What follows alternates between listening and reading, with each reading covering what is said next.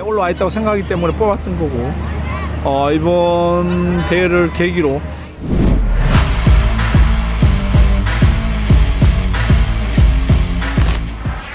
Belajar dari Sintayong, Bima Sakti terbuka dengan pemain keturunan.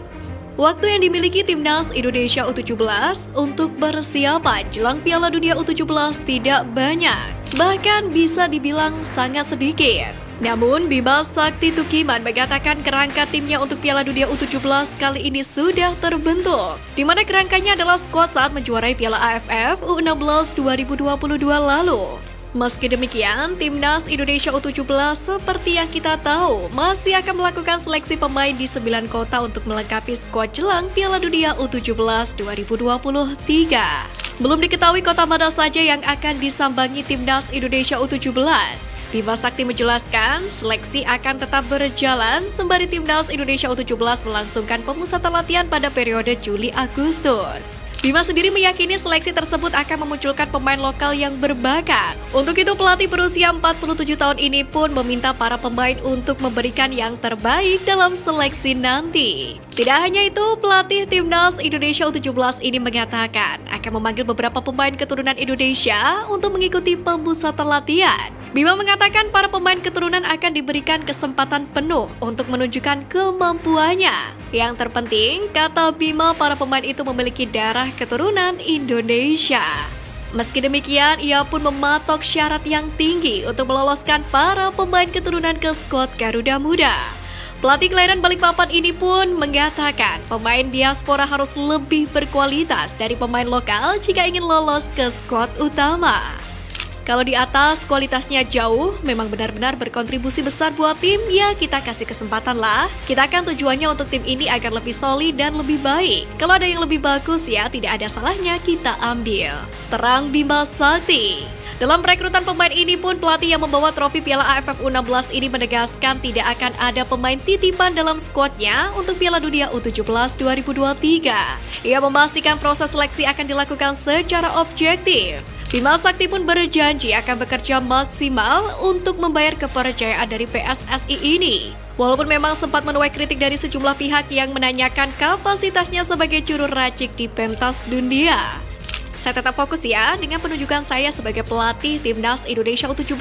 Saya menilai penolakan itu wajar karena mereka mau Timnas ini bagus kan? Itulah pelampiasan mereka, sampaikan kritik, kata Bima Sakti.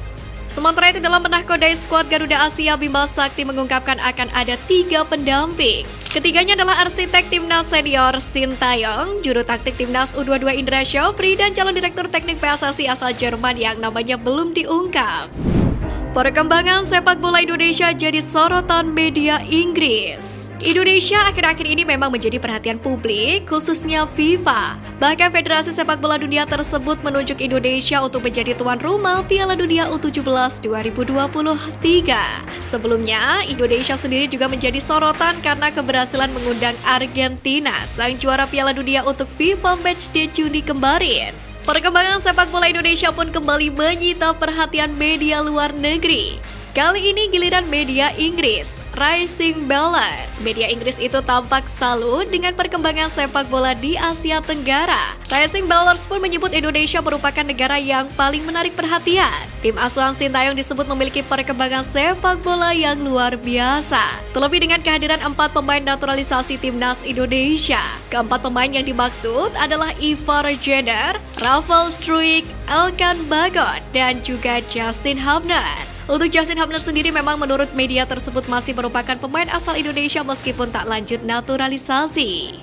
Saya tidak bisa bohong, gambaran sepak bola di Asia Tenggara sangat besar dan semakin populer setiap tahunnya. Jumlah talenta di luar sana sebenarnya gila dan Indonesia adalah salah satu negara yang paling menarik perkembangannya. Kami memilih 4 pemain muda Indonesia untuk diwaspadai dan perlu diketahui. Senang melihat mereka mendapatkan kesempatan bermain di Eropa. Tulis @RisingBellers. Sepertinya pujian yang dilemparkan media Inggris tersebut tidak berlebihan. Perkembangan skuad Garuda juga dirasakan oleh pelatih Palestina yang baru saja bersua dengan Timnas Indonesia di FIFA Matchday Juni kemarin, di mana Makram Dobo memuji perkembangan skuad Garuda di bawah asuhan Sintayong. Selain itu, pelatih Timnas Argentina Lionel Scaloni juga mengaku tidak mudah bagi timnya untuk menumbangkan Indonesia. Bahkan, jurnalis Argentina Daniel Avellaneda menyebut salah satu penggawa Garuda Arhan bak memiliki peluru mematikan di lengannya. Melihat bagaimana publik internasional mulai menyoroti kekuatan timnas Indonesia, rasa optimis mewujudkan blueprint Garuda Mendunia 2045 pun tentu semakin menggelora. Apalagi dalam waktu dekat ini giliran timnas kelompok U17 juga akan tampil di panggung World Cup U17. Tentu ini kembali akan jadi kesempatan untuk Indonesia mendapatkan sorotan dari publik internasional. Pengamat sepak bola pasang badan untuk Sintayong. Masih kita ingat beberapa waktu lalu viral cuplikan komentar Arya Sinulinga yang membawa-bawa nama Sintayong di sebuah postingan Instagram. Mulanya Arya mengunggah tentang isu diskriminasi terkait dengan local pride hingga istilah anti-naturalisasi melalui Instagram pribadinya. Postingan tersebut pun lantas ditanggapi oleh seorang netizen. Arya Sinulinga kemudian menyeret nama Sintayong dan menyinggung soal prestasi di SEA Games 2023. STY ketika bawa SEA Games 2021 hasilnya apa dek? Ciki-ciki tapi Ciki pun 32 tahun tak bisa juara ciki-ciki. Tulis Arya Sinulinga. Komentar tersebut pun lantas menyulut reaksi netizen, bahkan Instagram Exco PSSI ini langsung diserbu warganet Indonesia. Arya Sinulinga pun akhirnya melakukan klarifikasi atas cuitannya tersebut. Jadi konteksnya bukan membandingkan pelatih, tapi kita harus menghargai setiap pencapaian bangsa ini dan menghargai setiap pelatih yang ada. Jangan dibanding-bandingkan. Jelas Arya. Sementara itu, menanggapi kejadian ini, pengamat sepak bola Coach Justin atau Justinus Laksana pun ikut berkomentar. Coach Justin tak menampik bangga dengan pencapaian Indra Syafri. Namun menurutnya, itu saja tidak cukup. Karena menurut keterangan Coach Justin, sejatinya sepak bola Indonesia ada di level Asia. Selain itu, lolos Piala Asia Senior dan menunjukkan performa terbaiknya di sana lebih berharga ketimbang juara 10 kali di Piala AFF. Fans kardus teriak AFF, AFF. Singapura 4 kali menang AFF, nggak pernah maju ke Piala Asia. Makanya gue bilang, kita kalau lolos grup, untuk gue value-nya lebih berharga daripada 10 Piala AFF. Ucap Justinus Laksana. Sintayong sendiri akan memimpin timnas Indonesia yang berlaga di Piala Asia 2023 pada 12 Januari hingga 10 Februari tahun depan. Timnas Indonesia sendiri lolos ke putaran final Piala Asia 2023 ini sebagai runner-up grup A putaran ketiga kualifikasi Piala Asia, mendampingi Yordania yang menjadi juara grup. Indonesia lolos setelah menekuk 7-0 Nepal dan mengubur mimpi kuat dengan skor 2-1.